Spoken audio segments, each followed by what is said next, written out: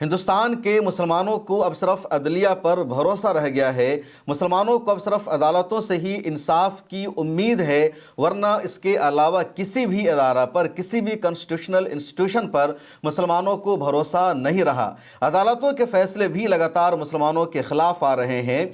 बहुत सारे मामले में अदालतों से भी मुसलमानों को इंसाफ नहीं मिल सका। इसके बावजूद आज भी जुडिशरी पर, अदालत पर मुसलमानों का भरोसा कायम है। मुसलमानों को उम्मीद है अगर लोअर कोर्ट से मुसलमानों को इंसाफ नहीं मिल पाता, लोअर कोर्ट का फैसला मुसलमानों के खिलाफ आता है, तो मुसलमान हाई कोर्ट का दरवाज़ा खटखटाते हैं। वहाँ से मुसलमानों को इंसाफ मिलने की उम्मीद रहती है। अगर हाई कोर्ट से मुसलमानों को इंसाफ नहीं मिल पाता तो मुसलमान सुप्रीम कोर्ट का दरवाज़ा खटखटाते हैं। सुप्रीम कोर्ट से मुसलमानों को इंसाफ मिलने की उम्मीद रहती है।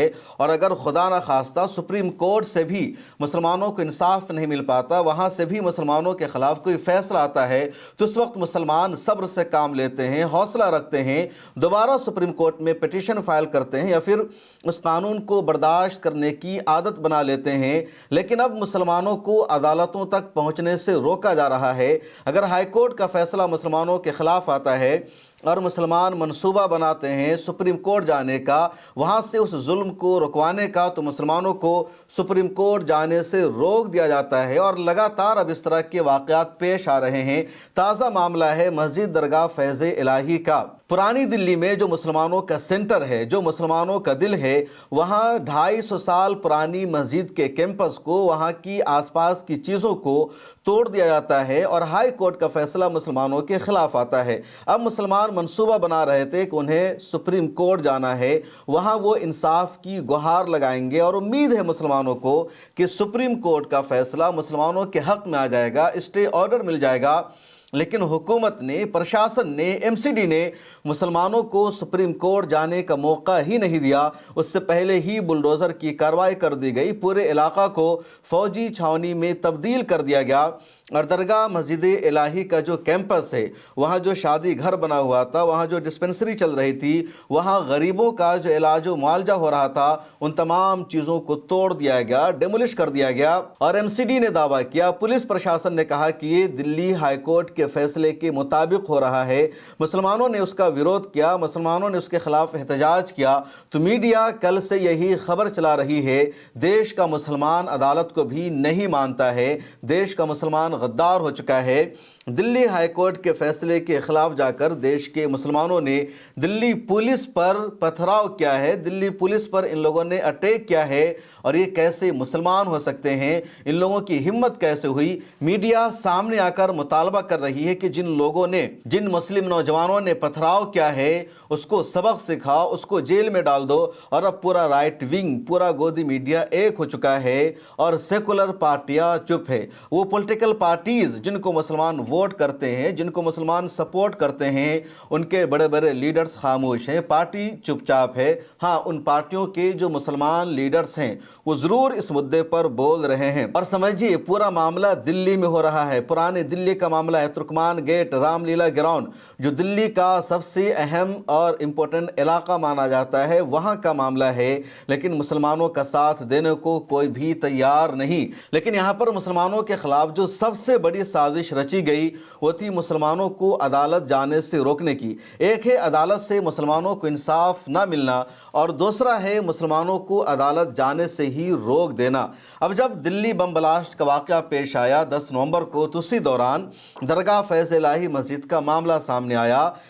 वो दहशतगर्द, वो आतंकवादी जिसने दिल्ली में बम ब्लास्ट किया था लाल किला के सामने, उसकी सीसीटीवी फुटेज सामने आई कि उसने ब्लास्ट से पहले दरगाह मस्जिद जो है, यानी फैज़ इलाही जो मस्जिद है, वहाँ भी वो गया था, उसने पानी पिया था, वो मस्जिद में दाखिल हुआ था।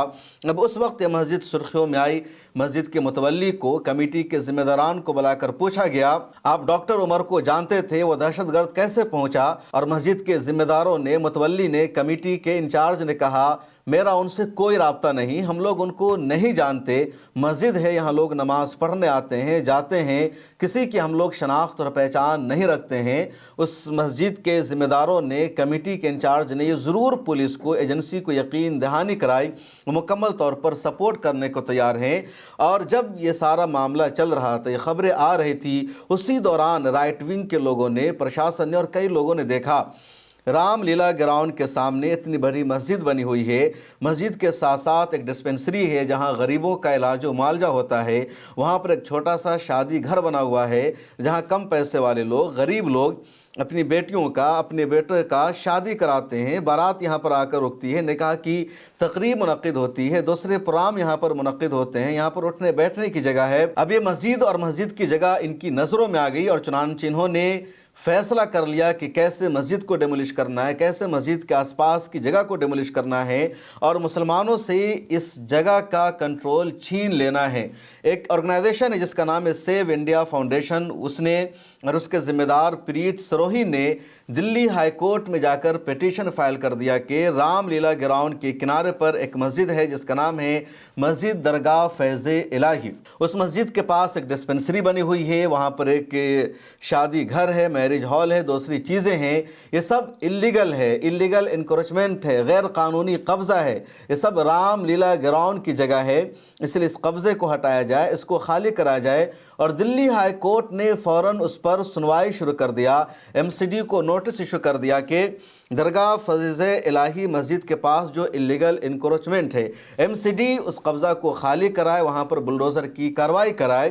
اور 12 نومبر کو دلی ہائی کورٹ نے نوٹس ایشو کیا ایم سی ڈی کو، وقف بورڈ کو، مسجد کی کمیٹی کو اپنی بات رکھنے کا موقع بھی نہیں دیا گیا، اور اگلے ہی مہینہ 22 دسمبر کو ایم سی ڈی نے مسجد کی کمیٹی کو نوٹس ایشو کر دیا کہ یہ جو جگہ ہے مسجد کے آس پاس کی یہ تمام اللیگل انکروچمنٹ ہے، یہ ایم سی ڈی کی جگہ ہے، یہ سرکاری جگہ ہے اور یہاں پر بلڈوزر کی کارروائی ہوگی۔ جب نوٹس آتا ہے ایم سی ڈی کا مسجد کی کمیٹی کو، تب پتہ چلتا ہے کہ مسجد درگاہ فیض الہی کے معاملہ چل رہا ہے، اس کے خلاف مقدمہ دائر کیا گیا۔ اس کے بعد ان لوگوں نے بھی دلی ہائی کورٹ کا دروازہ کھٹکھٹایا، پیٹیشن دائر کی، مطالبہ کیا کہ تو ہماری جگہ ہے، ہمارے پاس پروف موجود ہے، 1940 کا وقف ڈیڈ موجود ہے جس میں واضح طور پر موجود ہے کہ یہ وقف کی جگہ ہے، درگاہ بھی، درگاہ کے آس پاس کی جگہ بھی، مسجد بھی۔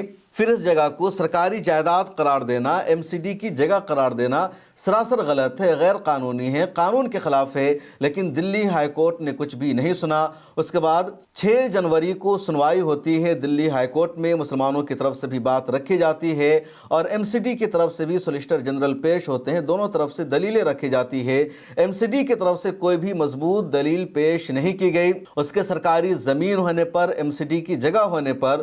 دوسری طرف وقف بورڈ کے وکیل نے، مسجد کے وکیل نے مضبوطی کے ساتھ دلیل کو پیش کیا، اس کے باوجود دلی ہائی کورٹ نے اسٹے کا آرڈر جاری نہیں کیا۔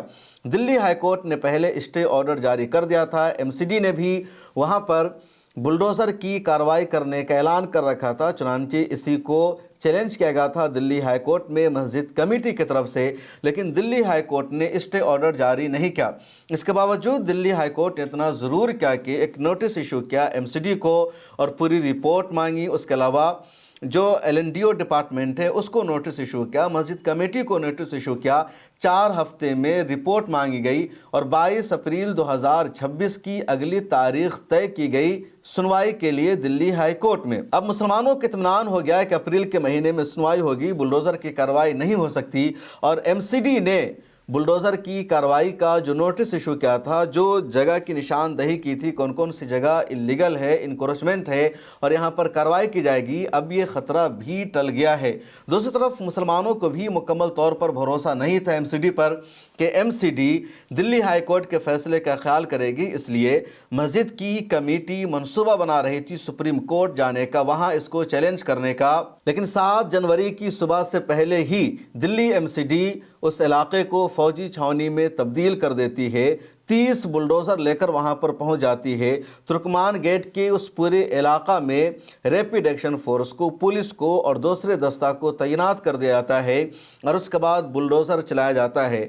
آپ اپنے اسکرین پر دیکھیں کہ کس طرح ڈسپنسری کو بلڈوز کیا جا رہا ہے، وہاں پر جو میرج ہال ہے اس کو بلڈوز کیا جا رہا ہے، مسجد کے آس پاس کی جو جگہ ہے تمام چیزوں کو بلڈوز کر دیا گیا ہے، مسجد کی باؤنڈری کو توڑ دیا گیا ہے اور اب یہ مسجد ویران لگ رہی ہے۔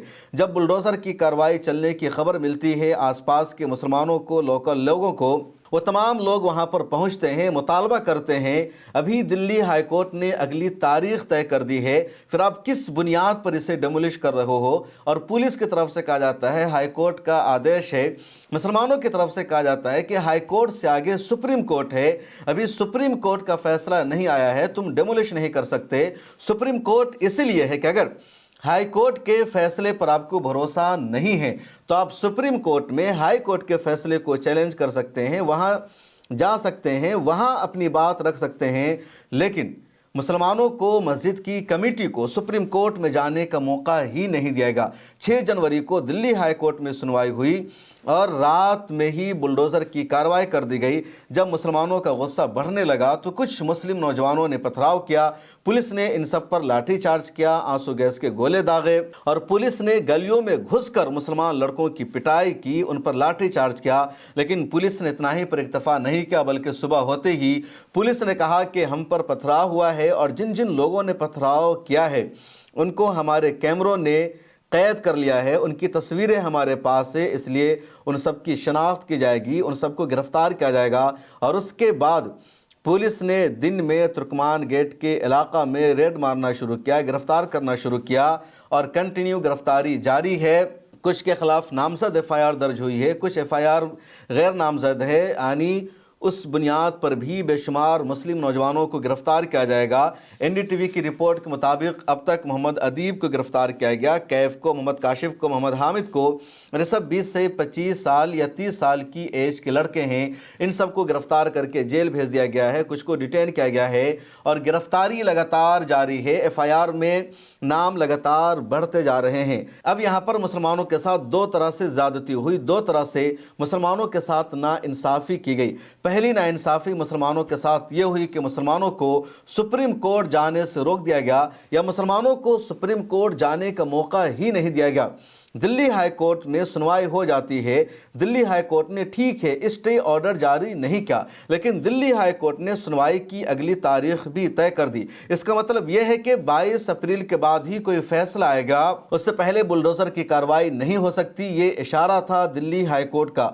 दूसरा यहाँ यह भी इशारा था कि मस्जिद कमेटी चाहे तो सुप्रीम कोर्ट जा सकती है, वहाँ इस मामले को ले जा सकती है, लेकिन रातों रात बुलडोजर की कार्रवाई का मतलब है मुसलमानों को अदालत पहुंचने से रोकना या मुसलमानों को अदालत से इंसाफ ना मिले, उसके लिए पूरी कार्रवाई की गई। इसलिए जो बड़े बड़े एक्सपर्ट हैं, जो पॉलिटिशियन है, जो तज्जिया निगार है, उन्होंने इस पूरे मामला के लिए दिल्ली MCD को जिम्मेदार ठहराया कि म्यूनसिपैलिटी जिम्मेदार है जिसने मुसलमानों को सुप्रीम कोर्ट जाने का मौका नहीं दिया। और सवाल यह है कि आखिर इतनी जल्दबाजी क्यों है आपको? अभी दिल्ली हाई कोर्ट ने आज समाअत की अगली तारीख मुकर्रर की है, अगला दिन बाकी है, आपको बंदोबस्त करना है, इंतज़ाम करना है, मस्जिद कमेटी के लोगों के साथ बातचीत करनी है। लेकिन अचानक बुलडोज़र की कार्रवाई, ये साफ़ है कि मुसलमानों को कभी इंसाफ नहीं मिलता और कभी मुसलमानों को इंसाफ के दरवाजे तक पहुंचने से ही रोक दिया जाता है। यहाँ कोई गारंटी इस बात की नहीं थी कि मुसलमान अगर सुप्रीम कोर्ट जाते तो स्टे ऑर्डर मिल जाता और मस्जिद के कैंपस पर बुलडोज़र की कार्रवाई न होती। इस बात की कोई गारंटी नहीं। हो सकता था कि सुप्रीम कोर्ट से पिटीशन खारिज कर दी जाती, मुसलमानों को झटका लगता और प्रशासन और MCD के ज़रिए वहाँ कार्रवाई की जाती। लेकिन सबसे बड़ा अलमिया यह है कि मुसलमानों को सुप्रीम कोर्ट जाने का मौका ही नहीं दिया गया, मुसलमानों को इतनी मोहलत ही नहीं दी गई MCD की तरफ से कि अपना मुकदमा कहीं और पेश कर सके। मुसलमानों के साथ दूसरा जुल्म यह हुआ, मुसलमानों के साथ दूसरी ज़्यादती यह हुई कि मुस्लिम नौजवानों ने आकर प्रोटेस्ट किया, एहतजाज किया। हो सकता है कुछ नौजवान लड़कों ने गलती की होगी, पथराव किया होगा, पुलिस ने इसके खिलाफ कार्रवाई करते हुए लाठी चार्ज किया, आंसू गैस के गोले दागे, पूरी गली में हंगामा होता रहा।